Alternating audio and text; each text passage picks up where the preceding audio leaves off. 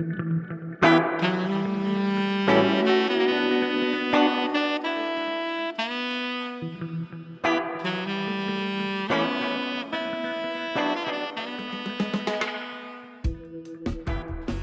listening to the Speaking Tongues podcast.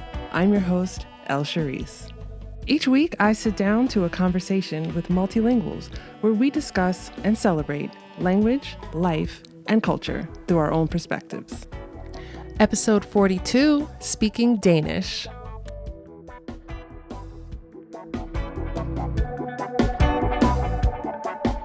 Hello, language lovers, and thank you for joining me for this episode of Speaking Tongues, the podcast in conversation with multilinguals. This week, I'm so happy to bring you this truly awesome conversation that I had with Kris Broholm of Actual Fluency about the Danish language. Kris was delightful to talk with, and I learned a lot about the Danish culture and the language from him. In this episode, Kris tells us some of the nitty-gritty things about the language, including Danish pronunciation, some fun facts about counting in Danish, and we learn a thing or two about the grammar. We also talk about the similarities and differences between Danish and other Scandinavian languages. We discuss why English becomes the lingua franca of Scandinavian language speakers, and other topics include the ups and downs of moving to a new country, learning to speak Russian and Hungarian, and something I never even knew about called Toki Pona. Kris talks to me about what being able to help other people along their language journey has meant to him, and keep listening to find out how he views his own role within the language learning community. Big thanks to Kris for coming onto my show and for providing such thoughtful and thought-provoking conversation. As always, if you enjoy this episode, don't forget to like and subscribe on Instagram and rate and review the Speaking Tongues podcast on Apple Podcasts so that other language lovers like ourselves can find the show. Okay, let's chat. Welcome back to another episode of Speaking Tongues. I am here with Kris Broholm. I'm trying to pronounce your name the best I can. And I want to say thank you for joining me for this episode. How are you, Kris? I'm great. Thank you for having me. And that was perfect. Thank you. You're so kind. And I like to start each episode with the same question. And that is, what is your first language and how many languages do you speak? Of course, that's a great question. And also one of the hardest. I'm sure a lot of people before me have given this disclaimer, but I usually go with Danish is my first language, although I have fooled people occasionally. And I speak English, German, and some Russian. I also know tiny bits of Hungarian. And now I've moved to Portugal, so I'm starting to learn Portuguese. And Swedish and Norwegian I can sort of understand and communicate with. But we can talk a little bit more about that later. That's a little bit complicated. Yeah. So going all the way back to the beginning, what languages did you hear spoken in your home or in your community when you were growing up? Danish. That's it. I was growing up in a small city in Denmark. And for those of you who haven't been there, it's a very homogenous country. So, ethnically and culturally and pretty much everything is very similar. So as soon as you leave Copenhagen or the big cities, there are not very many foreign languages heard. In the last 50 years or so, there has been some migration. So you might hear, Arabic, you might hear some Turkish, but it's not very much at all. And if you attend a school, especially out in the countryside, then chances are you might not even have anyone who knows anything else. So I had one of the most kind of homogenous upbringings you could have, which is a little bit boring, but maybe that was why I kind of wanted to get out in the world, and I got interested in languages because it was kind of different in a way. Mm-hmm. Did you have any opportunity to learn other languages when you were in school? Like elementary school, I guess, like very young. Yeah, so in Denmark we start very young. I had English from the 4th grade, and we had German from the 5th grade. So it was pretty quick that we started with that. Now these days, I think it's down to even maybe even the second grade or first grade when you actually introduced to English. Hmm. But back then it was about fourth grade. And then when you get into, I think it was seventh grade, we were offered another language. So you could choose French. I think that was the only choice, actually. It was like an optional extra language. So in most Danish schools, throughout your school time, you could potentially be learning three foreign languages at a time. Oh, wow. Yeah, so that's really cool. The success rate of those classes are another question, perhaps a topic for a different podcast or a different episode. But yeah, you're at least offered it, so you do get to try it out and be part of it. But the English and the German, are those compulsory? Yes, Okay. most in most cases. I mean, English for sure. That's part of the curriculum that you can't avoid that in any way. Mhm. But German, because of our history with Germany, it's our neighboring country, and we used to have parts of Germany before the war. The borders were different, and as part of the repayment of the war, the border changed. So there's a Danish minority in Germany, in north of Germany, Mhm. and vice versa in Denmark. So those cultures are very intermixed, and also Danish is a Germanic language, so it was natural that the German was like a mandated language in schools. But I'm actually not sure today. I think maybe they've liberalized it a little bit, so maybe schools can choose if they want to offer French or German Oh, after English. okay. So I know that Danish is kind of similar to Swedish, Norwegian, etc. Are those languages offered in schools, or are those languages things that, one would pick up just later in life? Yeah, this is a great question, and also a great kind of problem in the Scandinavian countries, I think, and something that I would like to put some work into actually improving. But in Denmark, my schooling, we had about a week that was classified for Swedish and a week for Norwegian. Hmm. And then we had a week for um, Faroese. And we also talked about Icelandic and Greenlandic. But it was such a small amount of time that it was basically like looking up a Wikipedia article, and you would know more about those languages than I did from sitting in that class. Oh, wow. Um, yeah, so the reason that people can still kind of communicate together is because their vocabulary is so shared. Most of the vocabulary is the same. So the only problem really is a few different words that have different meanings or not used in the other languages, and Mhm. of course the pronunciation. Because if there was no, if pronunciation was just one static flat tone or something, then all three languages would be completely perfectly interchangeable. But because of the different ways of saying things, Danish has a way of not saying a lot of sounds. Swedish has like this singing kind of way, and Norwegian has this like up and down pattern. So that's what makes it tricky. Is that, and of course these words here and there that mean something completely different, and then you kind of stumped by them. Mhm. Oh, wow. So are there any words, I guess, between those three and then maybe throwing, well, let's just talk about those three to just keep it a narrow comparison. Are there any words that maybe mean one thing in Danish that mean something completely different in what in Sweden or in Norway? Yes, I can't think of too many examples off the top of my head, but it's very interesting to say, for instance, um, if you say the Danish word for candy is slik, SLIK, which is also the word for lick. So Hmm. it's a little bit, when you hear it, it's a little bit weird. So without the candy connotation, and you just try to say it to a Swedish person or a Norwegian person, they just hear lick and they're like, what are you talking about?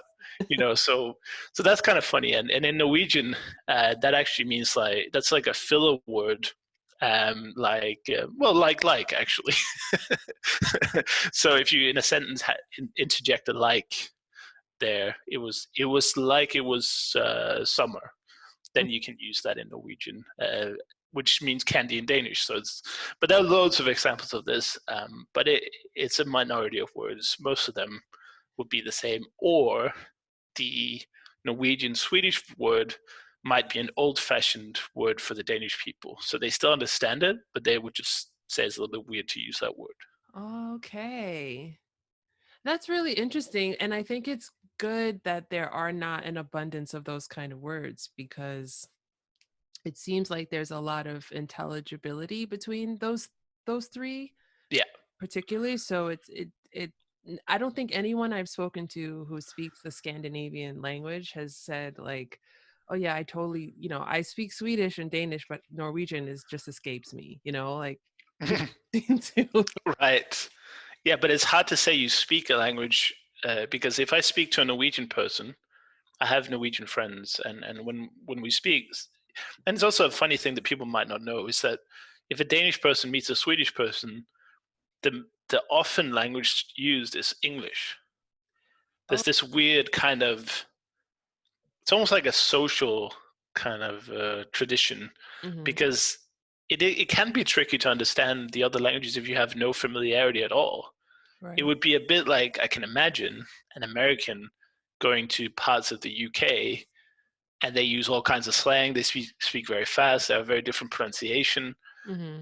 That's the same experience. So, but if you lived in, let's say, somewhere like Liverpool or Scotland, even, they have very thick accents up there. Hmm. If you lived there for like a month, you would understand them almost perfectly Right. because your brain just needs to adapt to the small differences in pronunciation, which in the beginning sounds like massive differences. Mhm. So I think that's the same for the Scandinavian languages. And the problem I see is that we simply don't have the exposure to them. Mm. If you live in Denmark, you watch American movies, you know, when would you ever hear Swedish? Right. Unless you go to the airport or you go to Sweden, which is admittedly pretty close, but you just don't get exposed to it. My parents' generation would watch Swedish television in Mm. many parts of the country back before there was like a million channels to choose from. You might have had two or three channels in Denmark, and then a couple of channels in Germany, a couple of channels in Sweden. Mhm. So you just kind of flicked between them, and you quickly learned the kind of nuances of Swedish, so they could speak it at a much better level and understand people right away. Whereas my generation, I mean, we have barely no contact with Swedish at all, Wow. and Norwegian is the same. So I think, and I'd really like to do something like maybe like a podcast style and try to kind of bridge the gap a little bit between the countries, because I think if we just spend a little bit of effort, we can gain so much. And it's silly to speak English with people who have a language that's so common. Um, Yeah. as much as I like English anyway, but having worked in offices where we had Norwegian, Danish, Swedish staff, Mhm. people would speak to each other in English, and I would say, like, guys, come on, let's at least try. Mhm. And after a quick while, everyone spoke their own language to each other, and it was, yeah, it wasn't. We didn't understand everything all the time. It wasn't like some miracle fairy tale overnight success, but it quickly became absolutely normal, and we started to understand each other's little, you know, let's say, what's the word, idiosyncrasies of the language, where you just go like, what did you say? There are words like that in Scandinavian where you think, how can that be a word?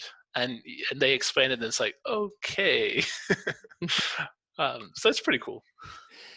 From your perspective, why do you think that is that English becomes the default language for communicating? Well, Scandinavians are very good at English. Yeah. So it becomes a lingua franca, almost like Mm. it becomes like a bridge language where it's very hard to speak English so badly that the other party doesn't understand you at all. Mhm. But if you speak a Swedish dialect or a very fast Danish, it can be very hard to understand, even though you can read every word if you had a transcript. Right. Right. So I think that's just it. It's just a comfort thing, and American culture and also the rest of the English speaking world's culture is incredibly popular in Scandinavia. Mhm. So almost everyone grows up on, watching American movies, TV, video games. Now it's more like YouTube, right? Lots of people are watching YouTubers. I'd love to do like some kind of collaboration or a show where we just kind of bring the languages together, or try. I was going to go to Sweden, before all this pandemic stuff, and just wear a T-shirt that said "I'm learning Swedish," and then the YouTube video would be like massive clickbait, like how I learned Swedish in a week, because obviously I know most of the words already, and it just could be really fun to see, and it would just be like a little social experiment to see and talk to to the other countries, like how do you see it, and start a dialogue there, because I think it's a shame when you have, like I said, when you have the opportunity to speak with so many people in your own language, Mm, why not just put in the effort? It's not a lot of effort, but you get so much out of it. right. Well, I think that's maybe indicative of, you know, the generation now. Like, you know, I don't know how old you are, and I'm, a little older. So I feel like now everything, there isn't a lot of effort in a lot of things. So Mm. it's, I think that might be part of a larger problem, unfortunately. Uh, yeah, I You're have probably right. You're thoughts. probably right. So, so tell me about Danish. I think it's very easy to lump Danish into, the Scandinavian bucket with all these other languages. But tell me, what do you think makes it unique? What do you think makes it special? And why do you think people should learn Danish? Mm. That's a good question. Um, it is a very different language, so that's a big kind of benefit for people who want to try something different. The pronunciation, actually, I received an email recently, and the guy said Danish is the most incomprehensible Western language that he knew of. Hmm. And I just thought that was a great kind of tagline. And I can imagine people who likes a challenge to that be part of their reasoning. Is a really difficult pronunciation to get right. Mm, But I think the people who generally learn Danish are the people who are interested in what the culture has to offer. I suppose that's true of people learning most languages, but it's a very special place in many ways. We're such a small country, but the contributions to the world of science, to the world of design, gourmet. I'm sure you could go down. Well, again, probably not now, but usually you probably wouldn't have to walk far to find like a Carlsberg or a Tuborg or mm, a blue cheese, or these things that the Danes have invented, yeah, or perfected, maybe is the right word. But being such a small country is really incredible. We've had success in almost every area somehow. mm, From Legos to we produce most of the world's windmills, and it's just a funny kind of thing that you have this tiny country that is doing so well in so many things. And obviously, in America, we're often hailed like the socialist utopia because there's great like healthcare, there's great taxes, there's great. Basically, it's a very safe and stable environment. But you also have beautiful nature. It's very focused on this word called hygge, which is basically like the coziness that you can get from mm, enjoying yourself or being in a nice environment with friends or family, or alone. It can be both. But it's this kind of, Danes are not the most overworked or ambitious people, but they focus instead on things like family life and just taking it easy. They're very chill people, really. So if you like any of that kind of things, or design or food, or it's really worth exploring and going to Denmark and see what it looks like mm. in at the origin, so to speak. Yeah. Denmark is very high on my list to travel to because it looks like a really it just, I come from a design background, so I wasn't a designer, but I worked in the design world for many years. So Danish design was like unrivaled and praised by everyone. But isn't that funny though? If you consider like the size of the country, it's 6 million people. It's half the population of what Manhattan or New York, Greater New York area, and it's got that kind of global presence. It's really interesting, I think. I think it's interesting too. It's such like you're naming things that have come from Denmark, and I said I didn't even think about like blue cheese or Yeah, that's a protected one of these like like cheddar cheese or mozzarella or parmesan. They can only champagne. They can only come from that area, and there's a certain brand of a certain type of blue cheese that it only comes from Denmark. So I'm not a big fan of it myself, but apparently it's supposed to be quite good. it's awesome. No idea. The first thing I would have thought of, aside from like the Little Mermaid, would have been uh the Great Dane, the dog. Right, right. My favorite dog breeds is from Denmark. So um I'm a fan. I can't wait to visit someday. Yeah, and actually, my name is also a breed of dog, um, which I've never seen it in person. I don't think it's very common, but that's another Danish dog for you. Gosh, you have to get one. Well, yeah, I mean, no, it's too much responsibility for me, but maybe I'll find one day and take like a selfie with it. So have you ever taught Danish? Yeah, briefly. I'm when I was in uni, I did some italki tutoring, so just informal, like Hmm. trying to teach people. And I recently made a little course as well, and I do plan on creating more educational materials because I think it's a small language and there aren't that many people who want to learn it, but I still feel like there aren't that many good resources for learning it either. And I have last year I was in the U.S. in Iowa. There's a little Danish town there, Cool. and so I would love to help bring kind of some of the language back because it was founded in something like 1887. So they spoke only Danish for about 60, 70 years. And then the governor of Iowa was like, you can't speak Danish in churches anymore. It has to be all in English.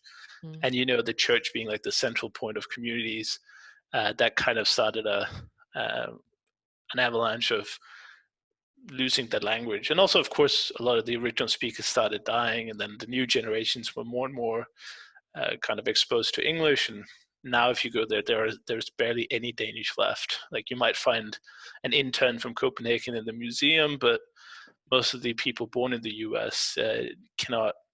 Cannot say basic things, and that's not a criticism, by the way. I don't think just because you have a certain heritage or because you're quote unquote a Danish community that you should necessarily be speaking the language.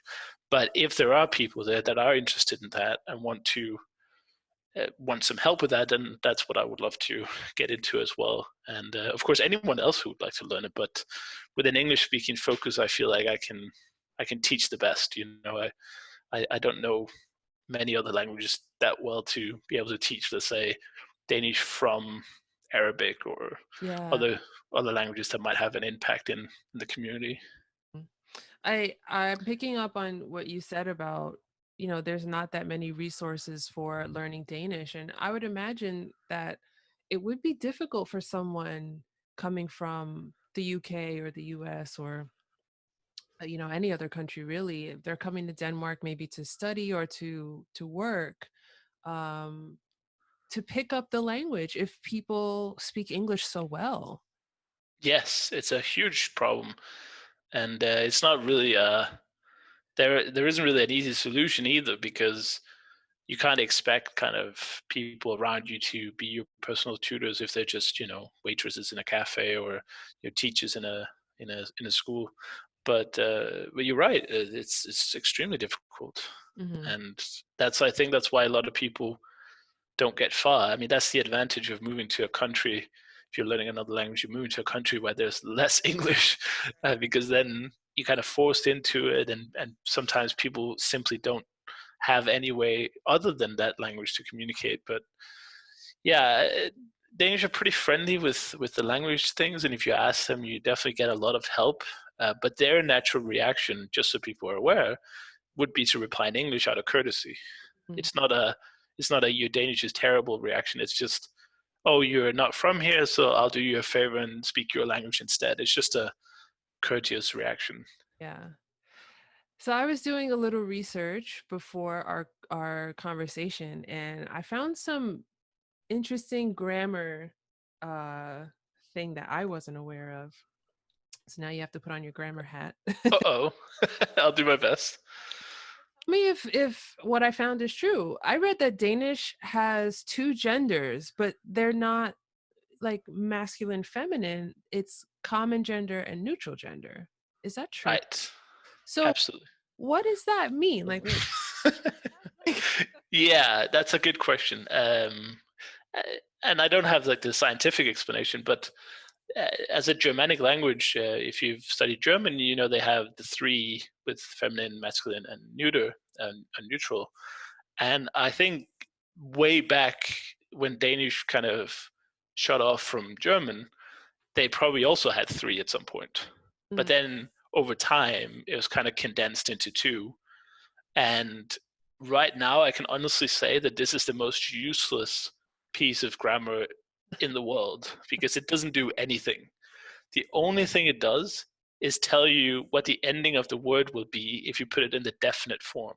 mhm, So in Danish, if you have house, in Danish that would be hus.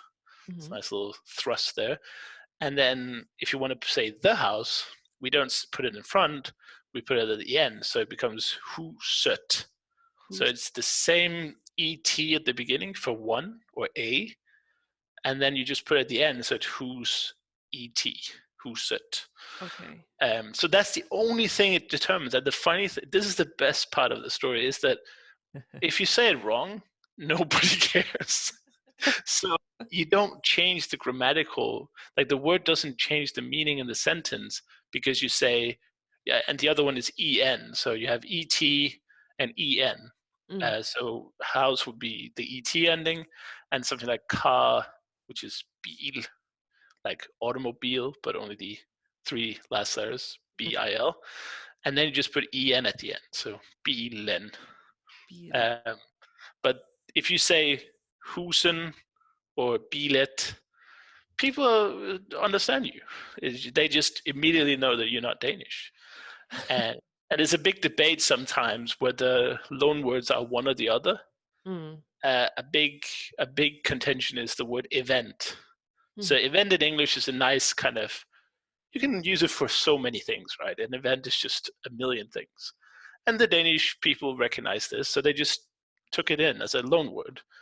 But they didn't agree on whether it was an event or it event. So mm, now I think it's officially you can use both, but mhm. you will have people who say, "Oh no, that's not how it's supposed to be said." Yeah. So that's kind of funny, but it doesn't matter. And as an aside, the Danish grammar is extremely simple. You Mhm, know, we don't have verb conjugations for the speaker. So in English you say I am, you are. Those are two different things, right? mhm, But in Danish it's just the same. Jeg er, du er. Exactly the same word. It's just obviously the pronoun changes, but the verb is the same, and this goes for every verb. mhm. So if you run down the table, it just says, for instance, to run is løber. So just say jeg løber, du løber, vi løber, de løber. It's just the same all over. So it changes for the time, but it's the same for every person. Yeah. That's really a bonus, I think, because like I tried learning German this year and I gave up months ago because uh you know, it's German and Yeah, I know it's very complicated. it got really complicated and I didn't have the time, but I maybe should have gone to Danish because sounds Yeah, I think so. giving, and if nobody cares that you make a mistake, then that takes away quite a big bit of my problem, I think. That, being afraid to talk to native speakers, right? Yeah, for sure. That's not a problem in Danish. You can't. I don't think you can make a grammar mistake that would change the meaning of the sentence. Definitely not as bad as you would not be understood. Yeah. Which is also the case in German in many cases, but there are actual ways in German where if you say it the wrong way, then it means something completely different. Mm-hmm. The famous example is the dog bit the man.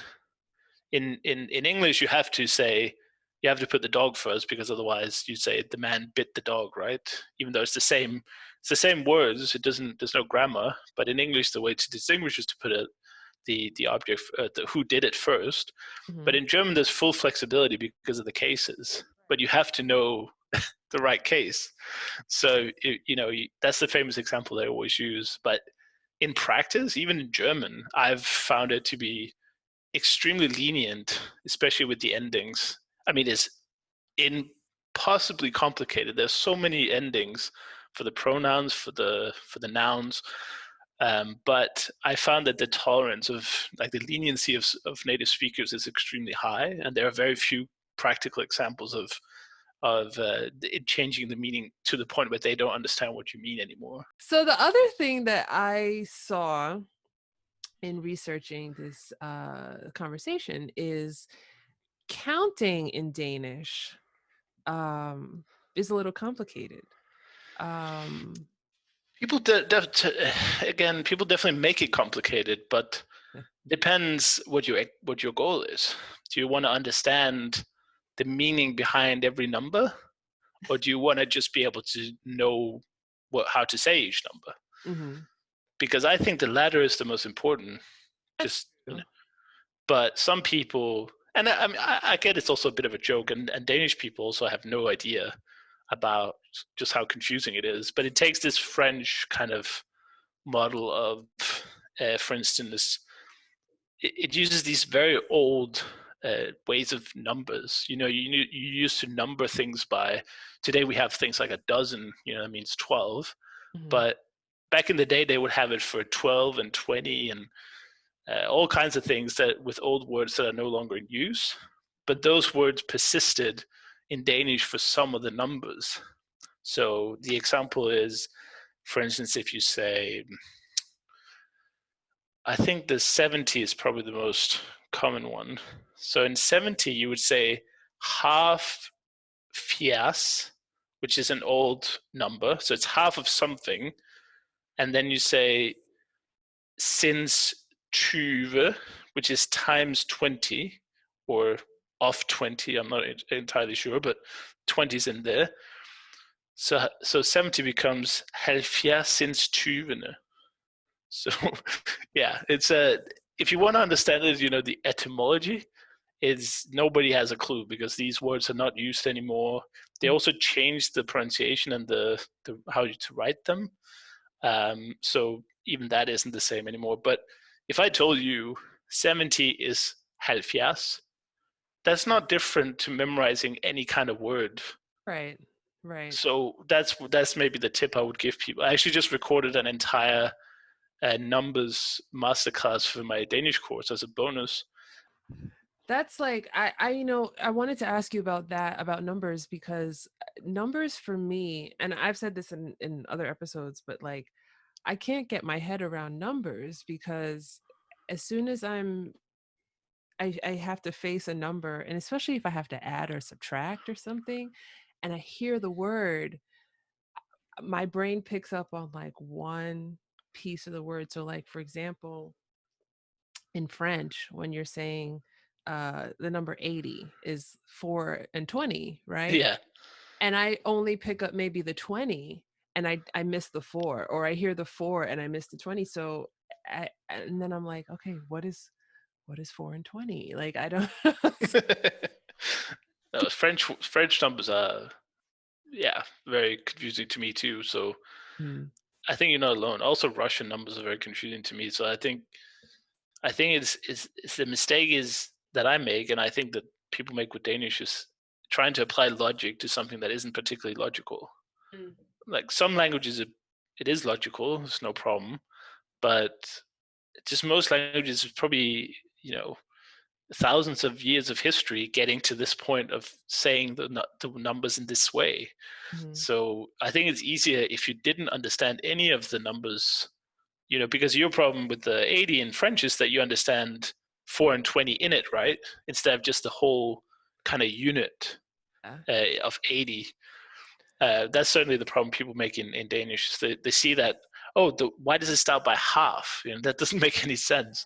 Why does a number start by half? And especially because it's, half of 70 would be 35. That's kind of a weird word, but I think that's a little tip as well. Just it would be easier if we didn't understand any of the word, because then we could just learn it as a normal vocabulary item. The problem is the brain is always trying to make logical reasoning, and it's trying to help you memorize it as well, probably. So it's like, oh, how was it I said 80? Oh, it's 4 and 20, so you can kind of build it together, but it does a disservice sometimes, and I think for Danish that's definitely the case. Let's start talking about your other languages. And you mentioned that, well, first you're living in Portugal right now.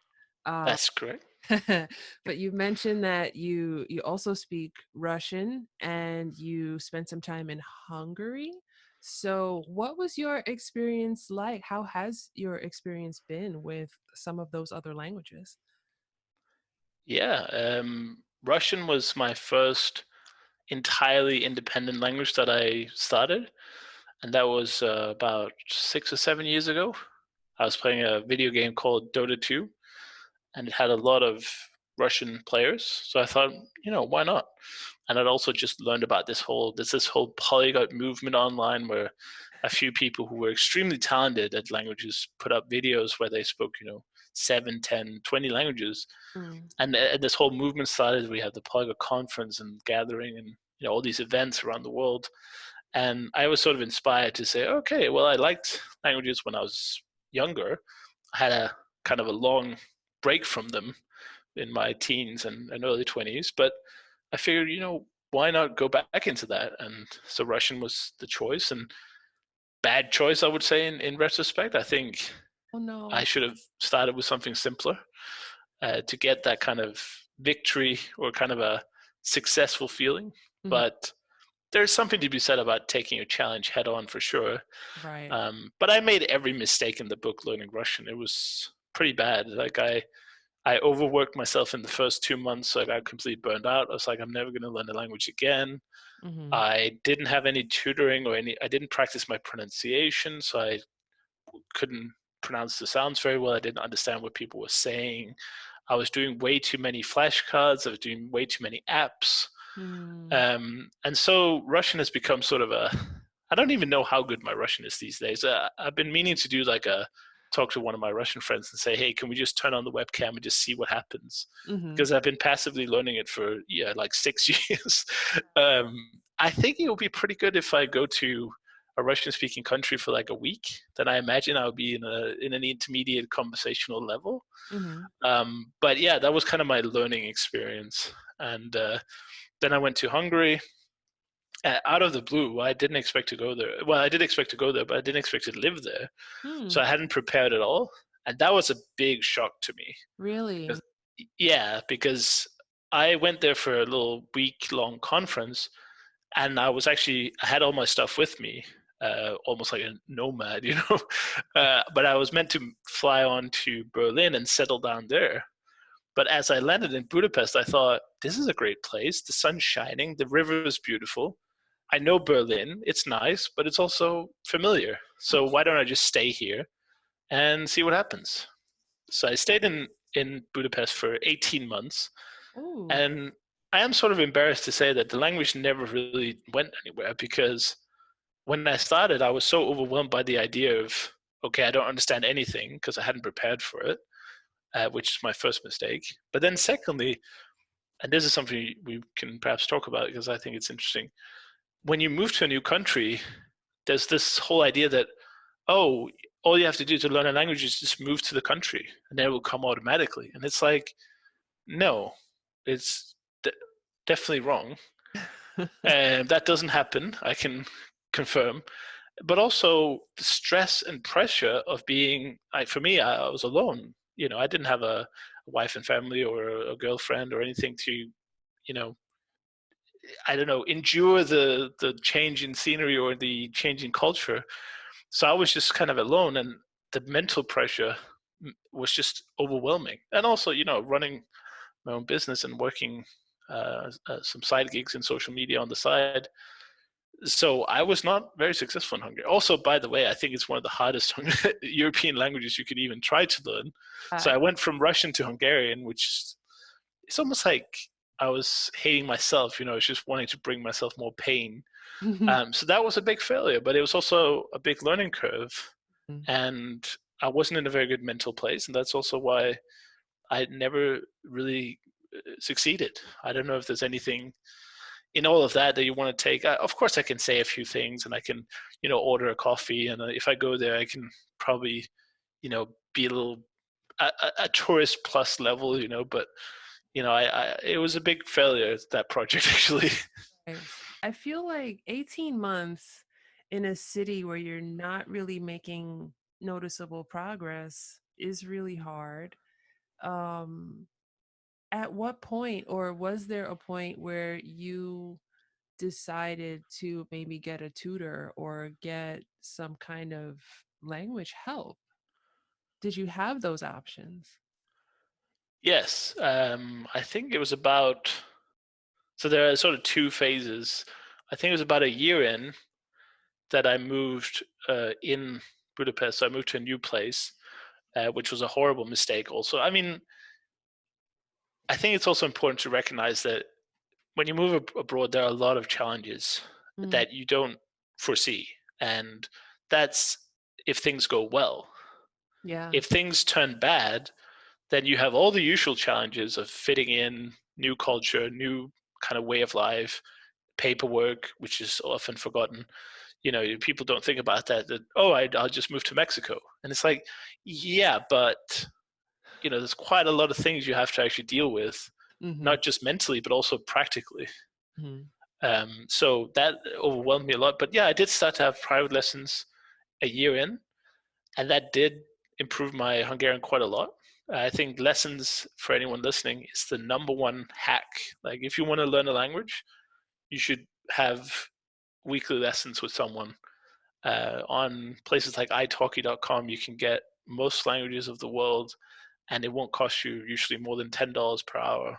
So there's really, for 99% of the people listening, there won't be any excuse for not taking lessons. It's not like you have to pay $800 a month in some night school or something. Yeah. Um, but that changed. That was a lot. But I think by the end of the first year, when I moved, and it's a long story, so I won't tell it. But I happened to randomly move into this terrible hotel, which had a lot of false advertising. It didn't have internet. It was very run down. The owners were very rude, and it all went south. So I knew pretty much a year in that I was not going to stay in Hungary for much longer. Uh, So I'd kind of, I wouldn't say I'd given up, but I realized that, you have to have a purpose for learning the language. And when I moved there, I thought I was going to live there for not forever, maybe, but I thought it as a permanent move. And I thought the investment of learning the language would be well worth it. mm-hmm. But in a year in, everything turning sour, I figured, you know what? This is not going to be a long term thing for me. I don't feel happy here. Mm-hmm. Um, I don't know if I would feel happy if I went back. I mean, it's definitely a fantastic city to visit. I have been back since, but in terms of living there, I don't know. It might have just been my headspace. Yeah. If you are in a terrible headspace, nowhere is good to live, right? So I think that contributed to kind of the overall demise of the project. That it was a late start because I didn't know anything starting out, so I couldn't say anything in the beginning. Then I was very slow at getting actually started because I was so busy with all the paperwork and all the bureaucracy and settling in Mm-hmm. that I probably took months before I even opened the book.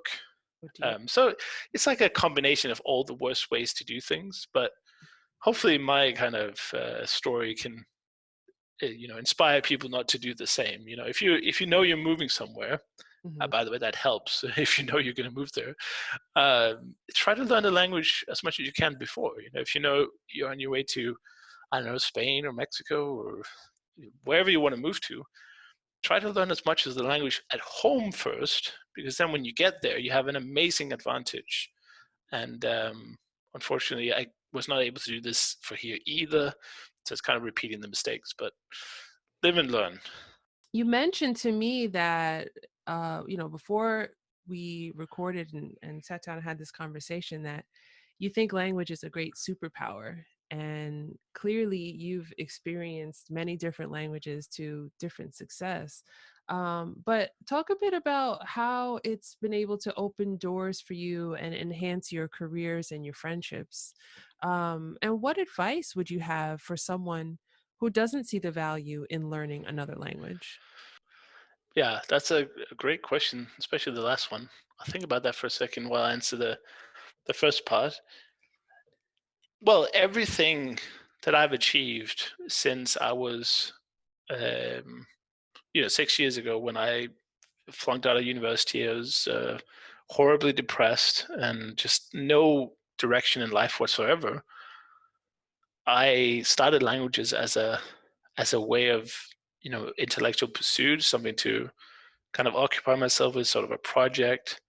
And now it's given me it's night and day. And I'm not saying that learning a language is the same as what I did necessarily. And I don't think everyone should necessarily become language bloggers or podcasters, although I think there's a good value in chronicling your learning, tracking what you've done, what you've achieved. Mhm, But I find that not only I've gotten multiple jobs, for instance, from just speaking different languages, mhm, and I've met people at these language conferences who offered me jobs and other opportunities of collaboration, which has greatly improved my career. I was invited to go to Canada to do a presentation, or like a speech, I guess you can call it, at a conference. And so from the ages of 0 to, I think it was about 26 or so, 25, I was abroad, a little bit here and there. I lived in the UK for a brief stint, but I think I might have been to 2 countries, mhm, apart from your typical Turkish holiday in the sun. And I think we went to the Caribbean when I was really young. But uh, and then from 26 till now, I've been to Montreal several times. I've been to New York. I've done 2 road trips in the US. I've been to Slovakia. I've been to Czech Republic, Hungary, now in Portugal. I've been to Stockholm. And all these things, although they're not all directly language related, and obviously everyone can travel at any time, the means to do it, i.e., the money to do it, has come from me doing language related jobs and networking with people about or in different languages. mhm, But I think the biggest advantage and the biggest benefit that I got was a sense of direction, a sense of purpose. mm, And I'm not saying that everyone should have languages as a purpose, but I think no matter what your passions are, and what you do or what you like to do and where you are in the world, learning a foreign language can give you some kind of, it's like yeah, how can I say it, like something to hold on to, something to stay aligned with, mhm, like a long-term project that will improve almost every career.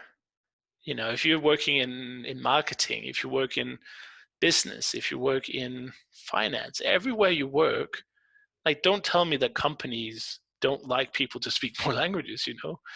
Banks that have European um, sister companies, or maybe they have branches there, they love that when they have employees who can suddenly do multiple regions or languages at the same time.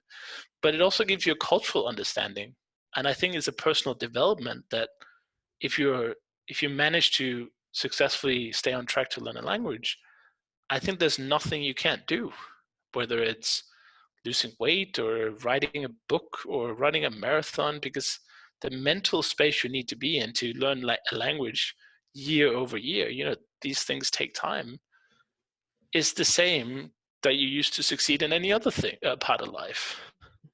So that would be my kind of the reason that I'm learning languages. And I'm not I thought I was going to be one of these super polyglots, That was my goal when I started as a 26-year-old, because Hmm. I figured, oh, I already have a few languages under my belt.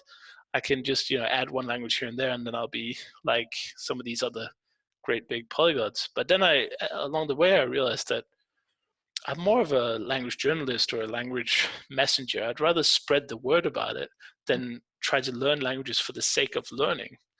But with that said, I still think I'm probably going to be learning languages until I die Yeah. because of this personal development, this mental shift, and in there's also the reverse warning is don't just learn a language because you think it sounds cool. I mean, that's a great way to start and potentially get into it. But I don't think people should necessarily, I mean, it's up to you what you want to do with your time, of course, at the end of the day, but don't don't learn a language because it's some kind of fad or something. Don't be tempted that way because you'll probably not succeed. But find the reasons for you personally. Is your grandmother from Germany, or do you have family in Switzerland, or I don't know, is your best friend from a country that speaks another language? Um, find these personal reasons to do it. And they can be as simple as personal development, like I just said. But I do see a lot of people who get a little bit hooked by the idea of speaking a foreign language, which I don't think is sufficient motivation in itself. I agree with you, and that's one of the big takeaways um that I've had since starting this podcast is just like you have to have a reason why. And it may not matter what the reason is, but the reason can't be just because. Right, exactly. I really like your honesty, Kris, and I appreciate it because I feel somewhat similar to you in that, well, I mean, you are more fluent in other languages than I am, but um, I feel like this uh, ambition of being a polyglot speaking 7, 10, 12 languages was like so cool to me. And then I realized like I don't want to do that. I just want to be able to communicate with people and I want to be able to experience culture around the world. Um and I think that's my why. That's like my why, but I'm saying this because I think that your take on it is really honest about being this like language journalist, personal Jesus spreading the word. Well, I would certainly never use that phrasing myself, but that's how it ended up, and I think there are lots of people in the language space. Obviously it's a kind of a small online community, so I know a lot of having a podcast of my own. I've interviewed almost everyone who has produced any kind of content in the space, but we all have the same story. It's like I was learning languages, I really liked it, and then other people liked it too, and now I do this for a career. People have been hired by big companies to be consultants. People have been, doing documentaries and videos, and people create their own book brands and online courses, and they become like high paid tutors, like top of the class kind of tutors. And so I think that I never set out to be where I am now, but I would never make it if it hadn't been for that interest in languages, and the kind of, I think the people who are interested in languages have a very positive um, personality, a very friendly, Mhm. um, very approachable way of looking at life. It kind of brings people of similar mindsets together. You wouldn't be learning other languages if you felt like, oh, English is the superior language, why learn anything else? So you don't get any negativity. And I think all the people I've worked with have always been super positive. Mm. So if you put in the work yourself, the doors are going to open. And it doesn't matter if, like I said before, what industry you're in, or you're not even in an industry. I wasn't in an industry, but I kind of fell into it. And then suddenly people were like, hey, we really like the podcast. And, I started getting a small following and writing a newsletter and sharing some of my thoughts on the topic, sharing my interviews. And eventually that grew to the point where I didn't have to have a day job anymore. I want you to tell me about actual fluency and tell me a bit about how you got started and what your aim of it is. And I'd love to hear more about your bite sized language courses. And of course, tell us all where we can find you. Of course, yeah. So Actual Fluency was the name of the blog I started in 6 years ago. Because I always failed everything. I tried something. I have this scatterbrain when it comes to new interests and hobbies and passions, and so I want to try everything, and I do everything for a month or two, and then I'm like, oh, okay, I'm done, But I knew that in order to succeed in languages, I had to stay consistent, and the only way I can imagine how was to actually have a blog where just one person saw it. So I would write a blog and I would send a link to one of my friends. So I knew that he was aware of it. And Mhm. that was kind of the accountability. And not soon after that, I started a podcast because I wanted to find out how somebody can learn 20 languages. Because even though I had been quite successful in my language learning in school, and I thought I'd done well, but what was what was the missing link to go from most people who fail at learning one language in school to somebody who seemingly effortlessly had amassed like 20, 30 languages. So I started the Actual Fluency podcast with that aim. I want to find their secret, tell me your secret. And unfortunately, the more interviews I did, so I just talked to everyone who learned a foreign language, or I mean, sometimes we had different episodes too. It's also about culture, like similarly to you. I also have specific language episodes, Mhm. but the more I talked to, the less I realized there is no secret, unfortunately. So, no big surprise reveal, but I still think language learning today, because of how inefficient most school language learning is, the it's all on you to do the language learning. Like, you individually have to do it. Right. And so I saw it as my kind of imaginary listener was somebody sitting in their bedroom with a bunch of books sprawled over their bed and just like panicking over German verbs or Russian cases or whatever, and just listening to other people talking, especially somebody who had been massively successful in language learning. I thought it could kind of give a little bit of motivation, inspiration to know that there are other people out there doing the same, and this is what they did to overcome some of those challenges. How can we find you and find your show? Yeah, so it's on every platform. Just search for Actual Fluency Podcast. That's a very random name, by the way. Some people ask me what that means, but I didn't really know back then. I'm not sure I know now, but to me, it's like, what kind of fluency do you want? Some people say that fluent means the top C2 level, the most fluent of fluent. But to me, it's like language learning is really enjoyable at every stage. If you have, let's say you have a Greek restaurant around the corner, lovely Greek couple that owns it. If you come down there and order your espresso in Greek, even that little effort, I can tell you, is going to change your life. Uh, It just is like that. The reaction of people to see that you've done a little bit of effort, and this is really a tiny effort, it makes their day. It makes them extreme. You might even get the coffee for free. Not that that's the reason you should do it, but it really impacts people, and therefore it impacts you to see. Imagine what you could do if you spent an hour a day for the next year on that language that means something to you. Whether it's because you're best friends with the Greek couple who own the restaurant, I don't know, or if your grandmother speaks Ukrainian or whatever, uh, imagine what you could do, and what kind of how you could possibly positively impact other people's lives. But yeah, Actual Fluency, every platform, actualfluency.com.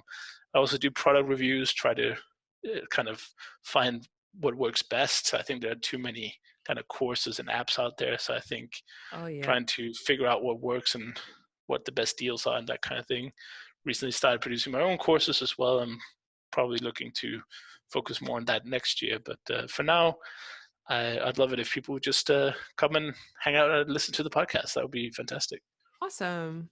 Well, there's will be a link to that in the show notes for people to just click and be able to find you. And I hope that they do. I hope they reach out to you. Yeah, and if they want that Danish numbers masterclass, they can just reach out to you, and I'll make sure you have the link to it. It'll be Absolutely. fun. Thank you so much for having this conversation with me. I feel like we have a lot in common. Absolutely.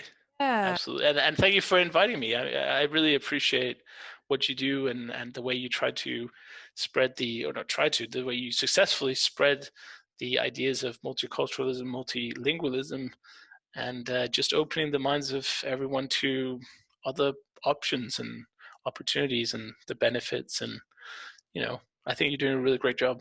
thanks so much. Um, I really appreciate you saying that. Thank you so much. I like to end each episode with the same question. It's a fun one.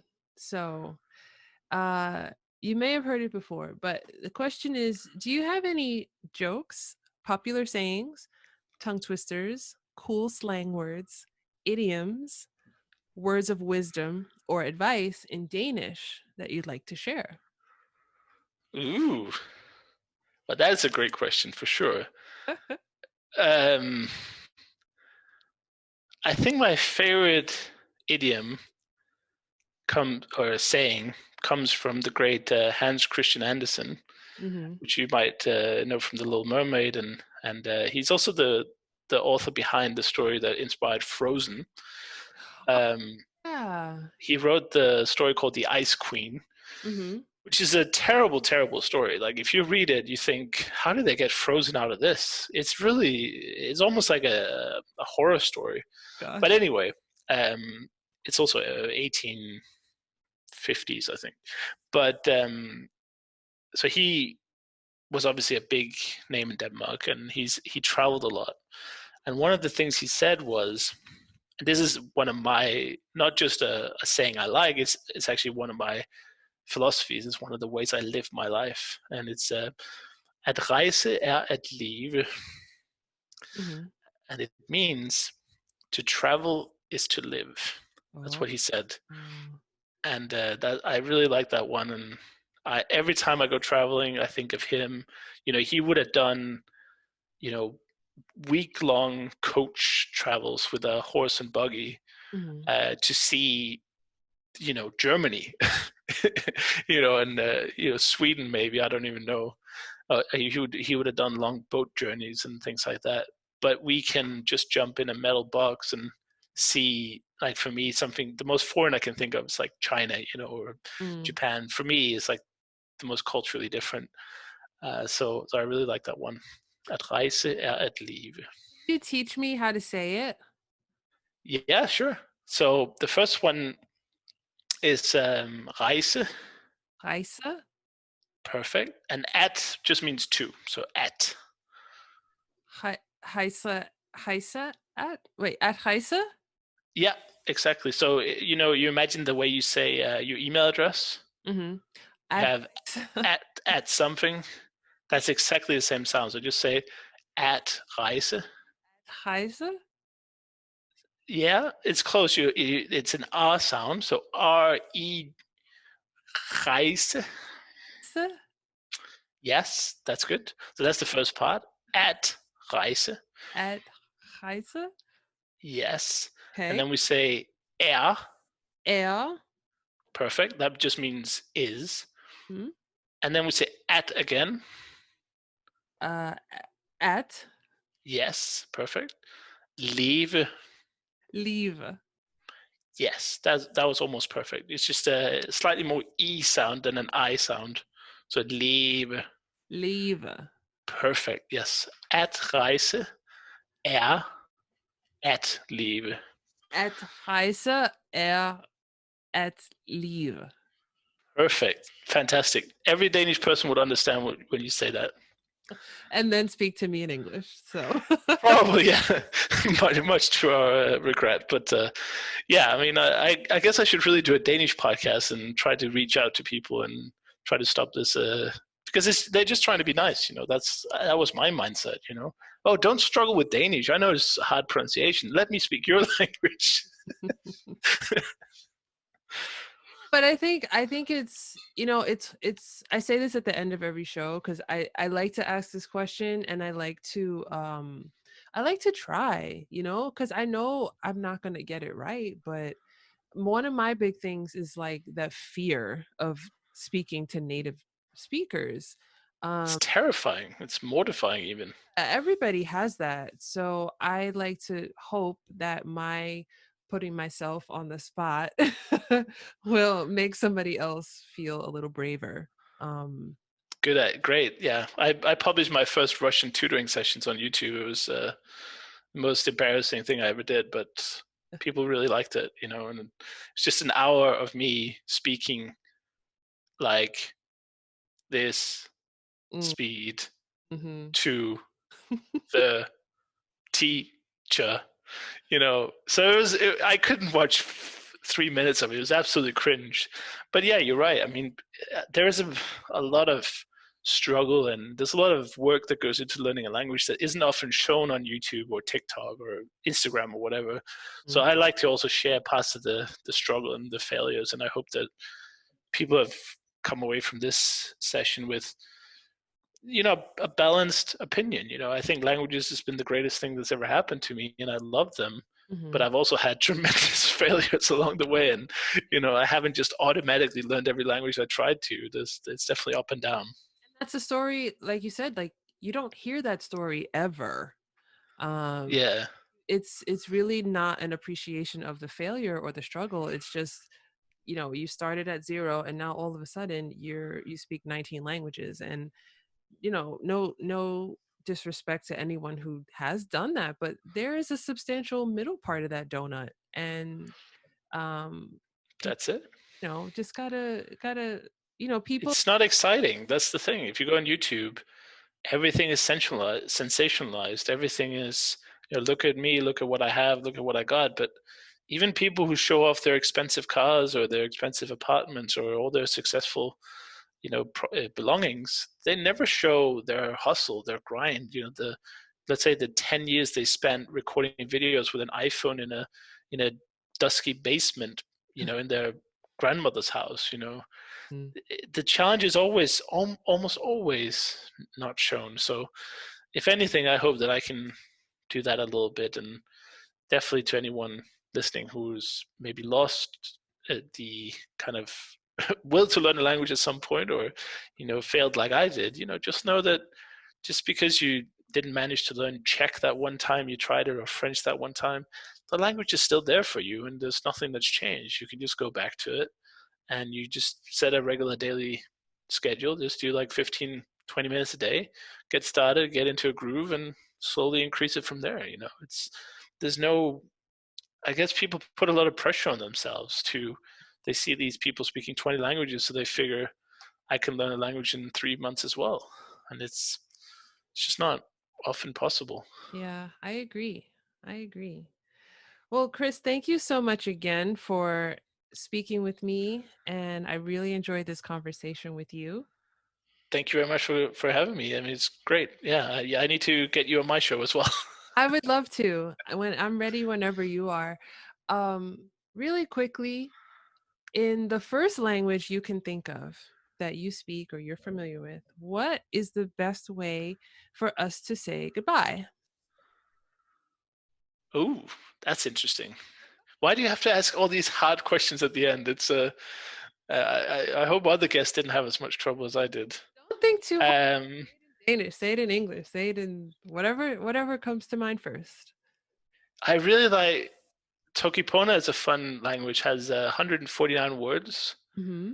It's just a plan language. We can talk for hours about this probably, but the idea is it distills language into the basic elements. Mm, So when you say a car, that's essentially just a moving building, right? So it's a block of something and it's in motion. So right. instead of saying car, you can say from the Toki Pona alphabet. The Toki Pona doesn't have car, for example. Hmm. So you have to say moving building. Um, But the funny thing was, and this is why it came to me right away, was I went to a 24-hour Toki Pona marathon at the Memrise offices a few years ago. I got this app, vocabulary app. Mm-hmm. I think they won like App Store App of the Year or something in the educational category. But it's funny how to say goodbye in Toki Pona is just, I'm leaving.